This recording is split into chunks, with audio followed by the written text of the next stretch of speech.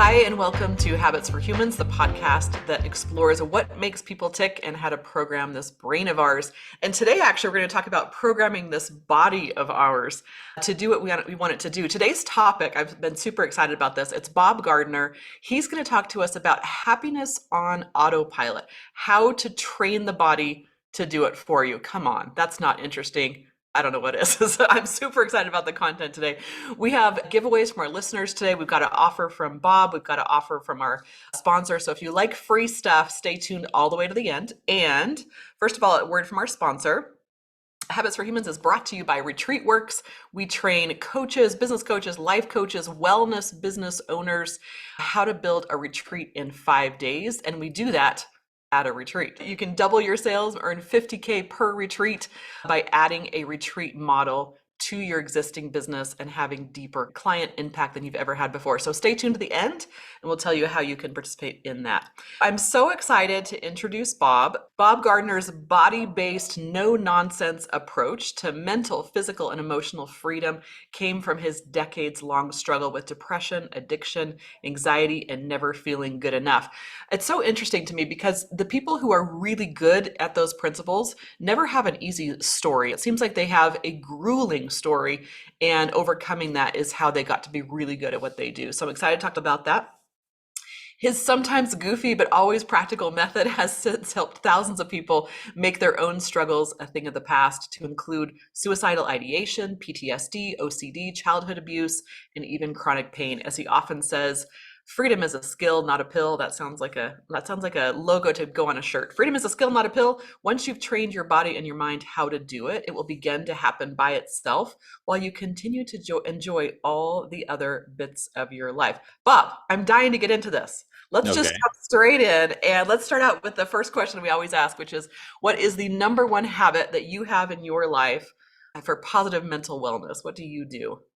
I don't have a number one habit. I live in wonder.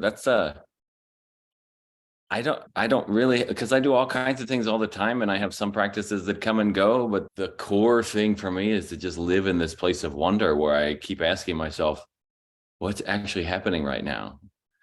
And when that happens, like a whole new world opens up, not to start with Aladdin and Jasmine or anything. All right, will you please break into song? Is that something? No, a whole new world. There it is. There it is. I like it. All right, so let's jump into it then. So it sounds like you're less about prescriptive, like here's the recipe for happiness, and you're more principle based. Talk to us about your journey, how you got there. Not a big question at all. What's your entire journey and how did you get there? In a soundbite. Go. Bad, then good. There's your soundbite. There it So is. it was, what's crazy about it is that I didn't have what most people would consider to be a traumatic upbringing. I wasn't abused as a child, bullied. I went through junior high. That's pretty much what bullying is, right? But I wasn't picked on necessarily. I was a little bit of a nerdy kid. I wasn't an athlete. Most of the bullying that happened to me was in my own head, not necessarily by other people. And my parents were committed, devoted. I had a traumatic birth, but I didn't have anything that people would call trauma. And as I grew up, all of this feeling starting, I remember having some depressive feelings at age like 5 or 6 in the desert down in New Mexico. And then I remember at 8, 9, 10, not feeling like I belonged anywhere. And in the middle of that place, this feeling of I messed up, there's something wrong with me, started to show up. Maybe that just came from how I internalized how my parents tried to correct some things, and maybe they didn't praise me when I wanted to. Like, it wasn't trauma. And then all of a sudden, by the time I hit 14, got into pornography, and that became a roller coaster ride of its own. And I couldn't quit. So I felt like there was something dreadfully wrong with me at that point in time, because I'm the only one struggling with this and everyone else seems to be living their life just perfectly happy. Yeah, you are the only 14-year-old boy that struggles with that, by the way. You're the only human on the planet. So I'm just kidding. Keep Thank going. you for confirming my suspicions. Yeah. Apparently I can't be happy anymore. Thanks, Kim. And so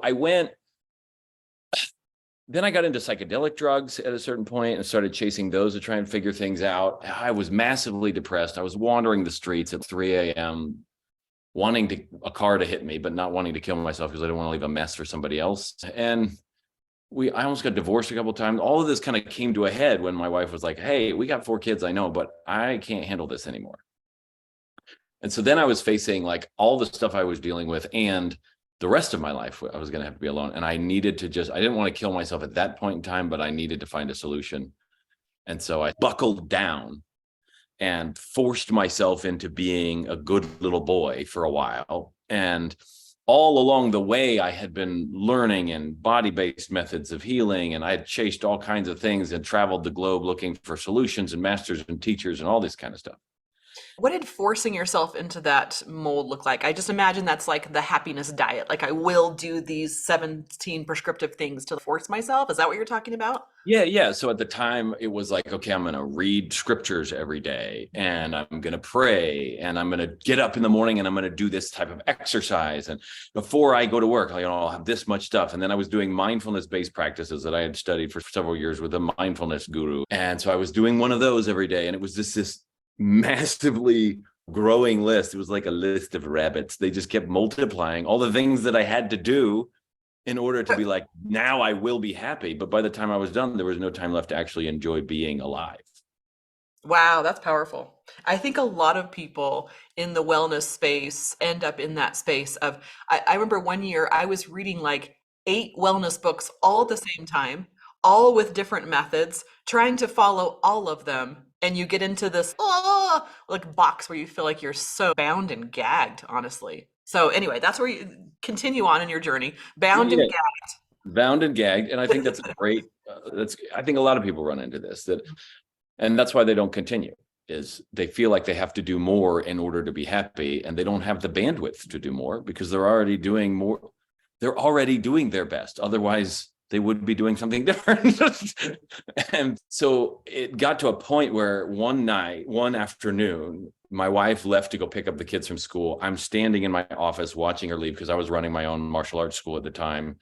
And the computer's in the corner, and she leaves, and the used car salesman in my head's like, act now, Bob, you have the chance. It'll only be 5 minutes. No one will be wiser. You've done it thousands. And so I'm standing there. My feet are rooted to the carpet. My heart is thumping. There's that metallic taste in my mouth. My hands are shaking, and this cold wave washes over me. And then I have a vision. And I wish I could say it was a vision of God, but it was a vision of myself at 90 years old, still in the same spot, struggling with the same thing, where the only thing that I could say for my life was, at least I didn't go back. Like my only merit badge in heaven was, you didn't go back to the thing.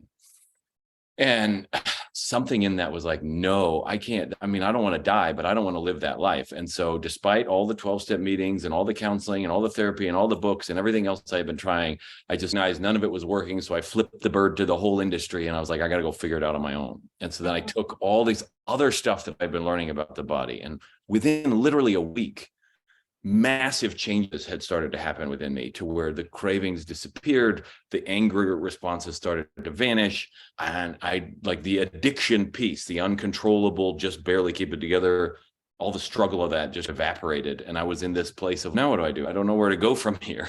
But yeah. So what I'm hearing is, so you're talking about porn addiction. Is that what you're talking about right now? At that time, yeah. Okay, at that time. Okay. So you were like, bag it. I'm just going to walk away from all my wellness principles and walk towards other wellness principles. You lost me a little bit there. I was like, I felt like I had a lot to offer on the planet. There was a lot within me, and I didn't want to spend my lifetime having a career of healing, constantly going to meetings, constantly having to have a wellness practice. What if life is a wellness practice? What if I don't have to have a separate wellness practice? And so it was like, I'm not going to sit here and try to fix myself anymore. What I'm going to do is just stare straight down the barrel of this like thing that I'm figuring out. And while I'm sorting out all the stuff that comes up, all the rest of my focus was, how can I live well? And it just turns out that over time, living well, learning how to work with my mind and my body, made all the other stuff go away on its own. Wow. To the point where, I used to be triggered by this thing. And then something would happen. And later the day I was like, wow, I used to get triggered by that, but it happened by itself. I wasn't busy going, oh no, I'm going to handle my trigger. It was just because the more all of our thoughts, all of our feelings, everything is built. Brain's not in touch with the outside world at all. So the only thing it's in touch, it's the little security guard in the corner, like looking at all the screens going, okay, what's going on outside with the Twinkie or whatever else he's doing. Yeah. And it's in there. And the only thing it has access to is what's happening in the body. And so as the body starts to become better and better instinctively on its own, the brain, like you've changed the building blocks. So rather than having the Lego pieces it was building with before was like Harry Potter and the basilisk in the basement of the castle and Voldemort coming out of everywhere. And now all of a sudden it's like Bob the Builder, whatever else, because you change the Lego set, the brain can only make stuff out of what the body is giving it. And so working with the body and helping it to live better automatically starts to settle all the mental stuff that is downstream. Wow. Okay. So this is so interesting. I filmed a podcast yesterday with a woman who had lost 140 pounds over 6 years, which I love. And she'd kept it off for 20 years and she's super, super healthy. And her principle was similar to yours. It was as soon as I dropped the diet and started paying attention to taking care of me really well, things just naturally fell into place. And I'm hearing this again for the second time. As soon as I dropped the diet of all these wellness principles and all these spiritual, I must follow these rules, and you started doing something differently, it all fell into place. So what did you actually do differently? So the first thing I did was I made like a playlist, which was like, let me just 50 things. 50 is a big number for me at the time that just make me feel like I come alive. And that could have been a favorite food because, okay, cool. People are like, yeah, you can't just eat yourself. But at the time, I felt miserable. I might as well feel better and have Pray love, right? Pray yeah. love. So it was like, I used to stick my head in the freezer. That was from when I was a kid in the grocery store, like the smell of stale ice and the sound of the whirring generator. I don't know what it is, but I was like, oh yeah. People are like, what are you doing? I'm like, oh, I'm feeling a little hot-headed. And walking through the grass barefoot. I loved sitting on the roof and just watching the sun set. It was like 20 minutes a day. It was my appointment with myself where I was just like, I need more light in my life. I'm just going to sit here and watch the light. And over the course of months, watching it go across the horizon and back, and like things just started to settle as my body I was giving myself permission to do things that helped me feel more and more alive. So that was the first place that I started. Okay, I've got to comment on this because I feel this. So probably about 5 or 6 months ago, I spent a lot of time in Costa Rica. I was there for 2 months, and then I've been coming back for about, I don't know, 3 or 4 weeks at a time ever since then. And what is it about Costa Rica that I love? It's not like this resort town. It's not that. It's carrying my groceries on my back. It's walking and navigating mud puddles. It's like these so simple things that like bring us back to our very human bodies and very human roots. So I'm feeling that. Just watching the sun go up and down. There's something about being so connected to, I don't know, your body and feeling. So I'm with you on this. Yeah, and the door stopper, like on the bottom of the door, the little kid, you know, like it can be anything. I really gave myself permission to just be like, it might be something that I feel like is stupid, but if at the end of it, I come alive, that's great. And that could have been cool conversations with friends. It could have been dancing. I allowed myself to put big things on there that take a little planning, and like little tiny things that are like, pick your nose in public just to mess with people. Now, that wasn't actually on my list, but that's fun. Do you really enjoy that, Bob? I haven't tried that one. You can give it a whirl right now if you want to. And here we go. But the idea was like, this life that is inside this body. It's never been here before. It'll never be here again. There is something incredibly unique and special about each individual life. And I will never see it blossom unless I fertilize it, unless I nourish it. And so it's no longer about fixing this life. It's about watering it and making sure there's sunlight so that it sprouts. And I get to witness it because I don't want to go another day and miss the life that I am, because I'm too busy trying to be what other people expect. I'm loving your plant analogy. I'm just thinking about when I get into those habits of, okay, I have to work out every day and I have to do this and I have to do that. And it's this is for my happiness. And you get into the bound and gagged space. I imagine a tree. What is it called? Espalier or something? It's like where they tie its limbs up in these like perfect little, it's living a life like that versus giving yourself, like just what you said, fertilizer, sun, water, and just letting it breathe. That sounds really nice. Yeah. And it's imagine a carrot trying to be a potato. That's what we're all doing. And if you look at all the wellness gurus, there's people that are writing books, and I wrote a book, right? People write books, and a lot of the people writing books are going to tell you like the 17 laws of success and the 47 doohickeys of wisdom, and they're going to tell you all of these patterns that make people healthy and there's something to that for sure. But if you looked at any person who was genuinely like in life, that is genuinely happy, their life would not look like any other life. They would not fit all the categories that everybody says you have to do. And so all of those suggestions, they sound like, no, I have to do this, and then I got to do this. And if I'm not meditating 15 minutes a week, some people's meditation is the way that they read a book or the way they eat their food. Some people just, they naturally meditate that way, but they think, no, I need to have the Headspace app, and then I need to do this other thing. And that's not necessarily the case. Every single person on the planet is really a unique being. And what matters is understand your tool set, your body, your mind, learn how they're working, but then also learn how your unique car, what are all its features? That's fun. What are the things you get to do in that car that are just what your life gets to do?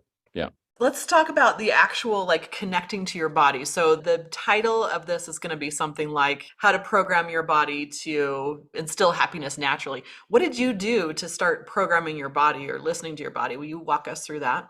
Yeah. So the first, it's funny because people who think that they're really in tune with their body often are only in tune with their emotional states or they're in tune with their thoughts. To be able to just be with what the body is doing is the first step, like to really get tuned into what is going on in the body. Now, most people's triggers, trauma, depression, anxiety, and pain, all of that stuff happens when the sympathetic nervous system is really on high alert. So it doesn't happen when you're like drinking Mai Tais on the beach or something, right? It happens when you're just like amped up, stressed, you got a deadline, and then the kid threw up in the backseat. Like it happens when there is this need to fix life. And most healing methods, they happen only when the person is like calm and collected and they feel safe. And so that's why it takes so long. So what I did was I was like, I want to get into a place where I can amplify my nervous system consciously and then give it another option, because the person only ever feels stuck when they don't like the options in front of them. They could have 400 options. If they hate all of them, they'll feel stuck. But if they only have one option and they love it, they won't feel stuck. And so what I had to do was give my instincts more than one option for how to respond to any given circumstance. Okay. So I first had to figure out what that was like. And a lot of this came back to martial arts training for me, because ultimately what I was dealing with was conflict with life. And so I went to places that trained conflict, not typical martial arts training. This is from like old Russian, like Cossack training way back in the day. It's an old tradition with all kinds of deep, intense work that I work with people. And I learned we're taking like, okay, someone pulls a knife on you. Okay, what does that do in your system? And then I notice how my body tenses up and it freezes and how my breathing changed and whatnot. And in that moment, I train it to have another option. And then all of a sudden, when somebody pulls a sharp word on me, when my body reacts like it does a knife, it then also recognizes, oh, there's another way out. And so then it automatically does the one that feels best. Wow. Okay. So slow down here because this is like a dense, meaty steak. So this is not light. We're not in fruit here. We're like in density. So I want to slow down and really get this. And so what you're trying to do then is you're trying to purposely trigger your nervous system. You may or may not be pulling knives on your clients. That's what I'm hearing. And then you're training yourself to say, I don't have to freak out or something like that. Go back and fix what I'm misunderstanding on that. No, you're good. We use knives. We use whatever else because the knife represents everything that is cutting remarks and sharp things and things that stab you from behind. And when you get stabbed in the back, and So we work with the edge of a person's ability. So if just having a knife in my hand is enough to make a person freak out, that's all we have to work with, because that's where their freak out is. And so we just sit How there about a and butter knife? I think that'd be safe with a butter that's knife. totally fine. Like a butter knife works. But remember that if you're playing with only where you're safe, then you haven't retrained the places where you feel unsafe. And it's the places where people feel unsafe that they struggle. Woo, I can already feel that. I can feel myself getting pushed into even thinking about someone having a knife like just hanging out with you, and you're like, oh, okay, all right. So you And work that's, with wait. What's yeah, happening in your body? What exactly is happening? Just thinking about it. like a little bit of like la, la, la, in my stomach, like it's like a gurgling in my stomach, Okay. and a And little what's bit tightness in my throat too. there you go. Tightness in the throat and the gurgling in the stomach. So now breathe, let that happen, but breathe and unhook yourself from that. How do I do that? There you go. Shrug the shoulders, wiggle Okay, your throat, okay, maybe massage okay, your throat, okay, all push your right, belly a little bit. okay, relaxed Make a again. big Yeah, sigh. Okay, cool. So now think about it again. Think about somebody pulling a knife on you. it still tightens my throat a little bit. Yep. Is it tightening the same way? Is your It's belly just gurgling? my stomach is better, but my throat still is tight. Yep. So notice that. Okay.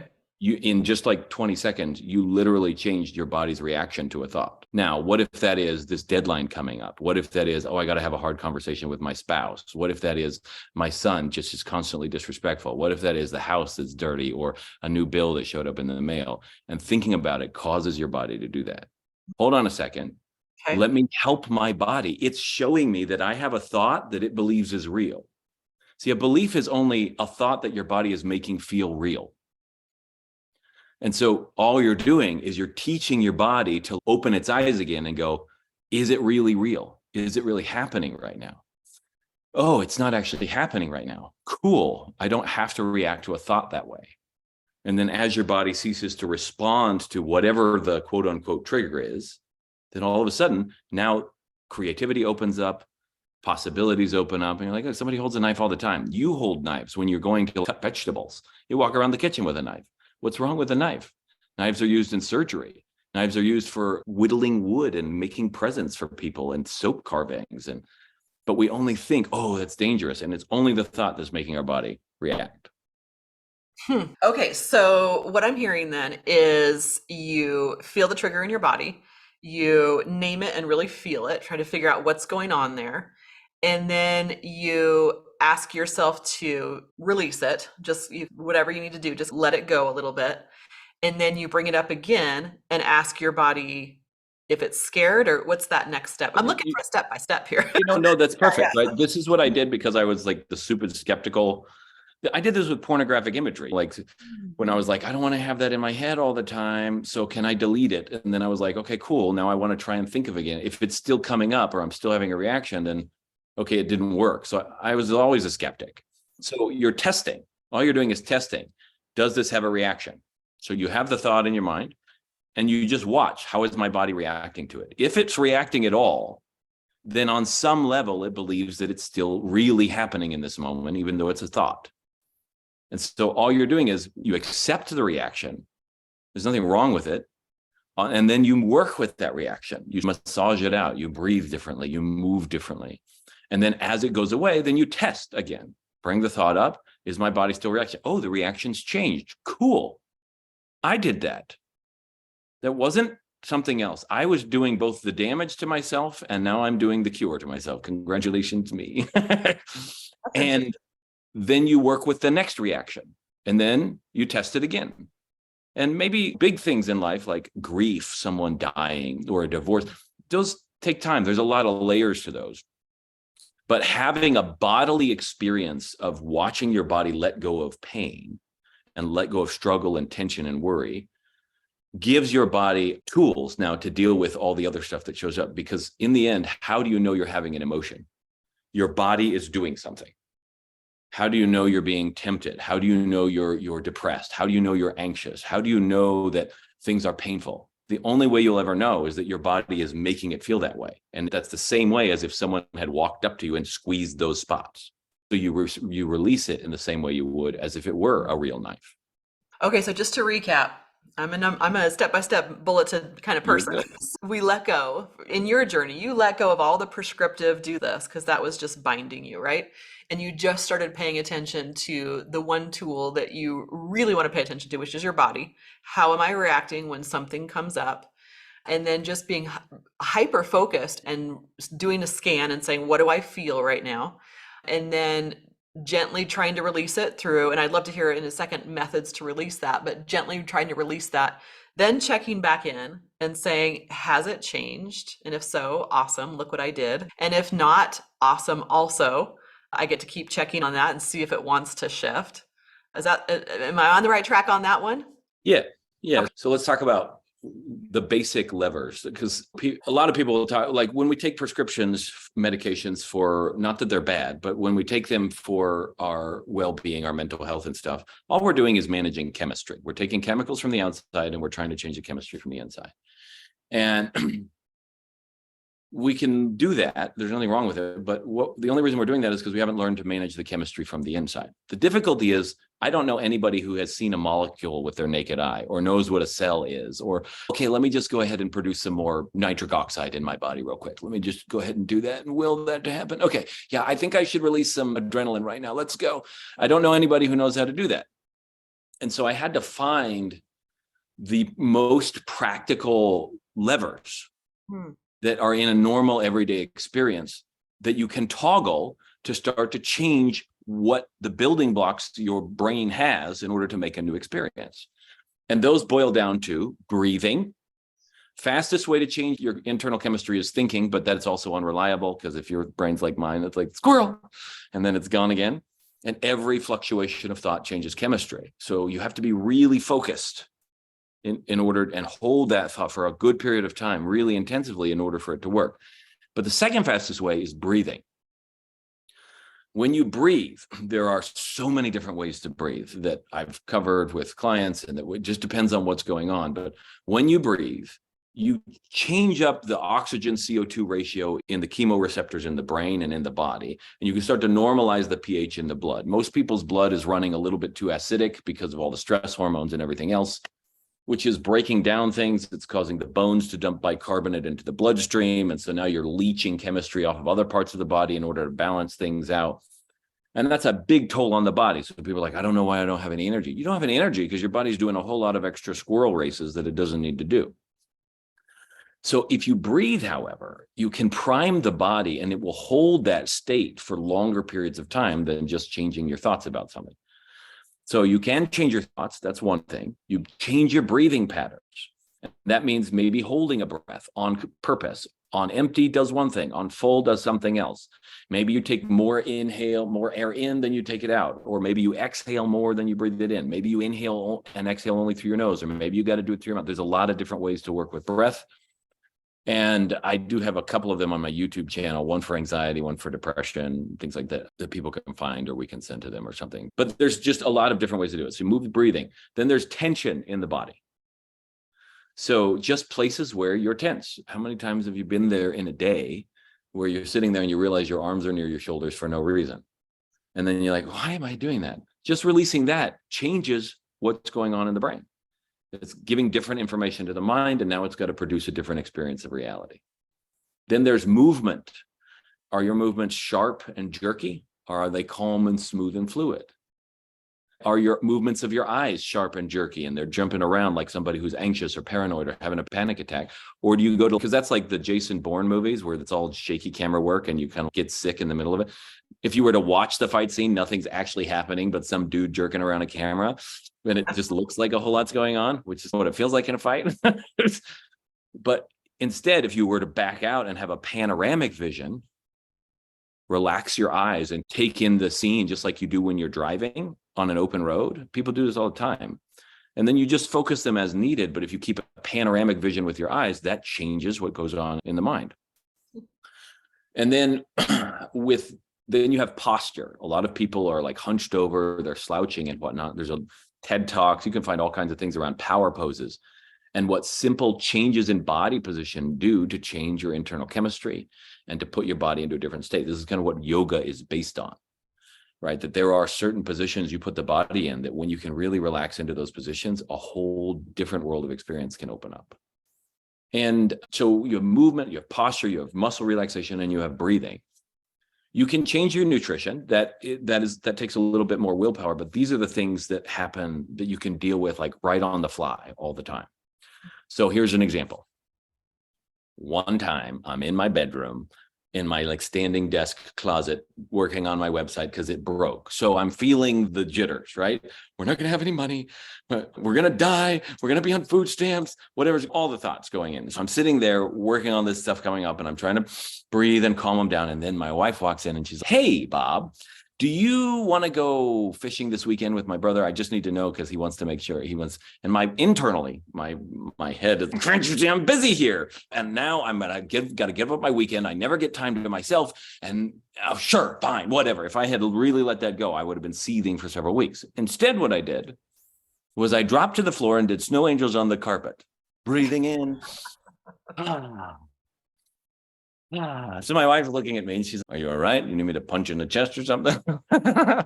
And I was like, "No, I was really frustrated that the website's broken and down and I'm having a really rough time at the moment. And can you give me like a couple hours before I have to respond? I don't think it's probably a good time for me to respond right now." And she was like, "Sure." And she walked out. And everything about how I was feeling had changed. I had breathed differently. I had changed my body position. I had changed my elevation, for crying out loud. I had moved differently. Maybe that's not something you can do in the grocery store, although it's worth a try. But it's something you can do in the car when my kids are freaking out in the back seat. Sometimes it's just too much noise. So I just start going, and they know what comes next. So they're like, "Oh, Dad's breathing again." And that helps too. But I'm changing things on the inside just by moving, breathing, relaxing, changing my body position. Wow, I love it. This is a masterclass here. This is some good dense stuff you're giving us. This is really helpful. We have to move on because we're out of time, but I could Oh, talk to you or listen to you for another 7 hours. So if our listeners are anything like me and they're wanting more, where would you point them to? okay, there's a couple places. Thefreedomspecialist.com is a website where you can find online courses you can find that you can do from home. You can find access to get signed up for our retreats. We do run retreats. Congratulations, Retreat Works. And they're 5 days and they are intensive, where I have stacked a whole lot of physiological experiences, one after the other, to build a way to open up the body from years and years of baggage and trauma and all that stuff. We've had people with chronic pain, people with child abuse for 50 years that they've struggled with, and all these kinds of things come, and in 5 days just really clean the decks and find a level of freedom that they didn't even think was possible. We have men, we have them for women, we have them for couples. There are retreats there available, and you can schedule a call. It's a free call, and just talk through your situation with one of me or guides that are on the call and see if it'll work. But there's other stuff. There's the free podcast is on the website. That's at thefreedomspecialist.com. If you want a copy of my book, Built for Freedom, Adventures Through Stress, Anxiety, Depression, Addiction, Trauma, Pain, and Our Body's Innate Ability to Leave Them All Behind, you can go to builtforfreedom.org, and there you can buy it for $5. You can get a digital version, actually. And it also comes with the audio version. I did it along with all the voices and things inside the book and stuff. You can read that romping adventure that way. And so it comes with some bonuses and some options there, as well as a discount to some of our other programs. And so that's a really inexpensive way to get a hold of this material and to start following along with the stories in the book and start to feel experiences that way. So builtforfreedom.org if you want to catch the book, or thefreedomspecialist.com if you want to find any of our online programs and stuff. And there's the Alive and Free podcast if you just want to jump on and listen to me jabber. I love it. Awesome. Awesome. Thank you so much for that. I'm curious about your retreats. How often do you do your retreats? We are usually, the past few years, we've had 6 or 7. We usually do that many. We're trying to work to where we can do more, but they are here in Utah. We cover all of the housing and the food and everything. We pick everybody up at the airport on a bus. It starts on the bus, guys. And then we take them out to whatever place we've managed to rent, to usually out in Heber or someplace like that. And we just run you through, like, first day is really getting your system aware that it is possible to change and cleaning the decks of all the old stories, all the diagnoses, everything else, ripping off all the labels so that we can see what's really going on in each person's individual system. And then the next couple of days, we work with vocalization and posture and showing you how to tease your brain into producing your own endocannabinoids, which is like getting high on your own supply. So you don't need opioid stuff, as well as more BDNF, which is your neuroplasticity, you have the ability to make changes in your habits and your patterns, and to do that on autopilot on its own. So like you train your system how to do that.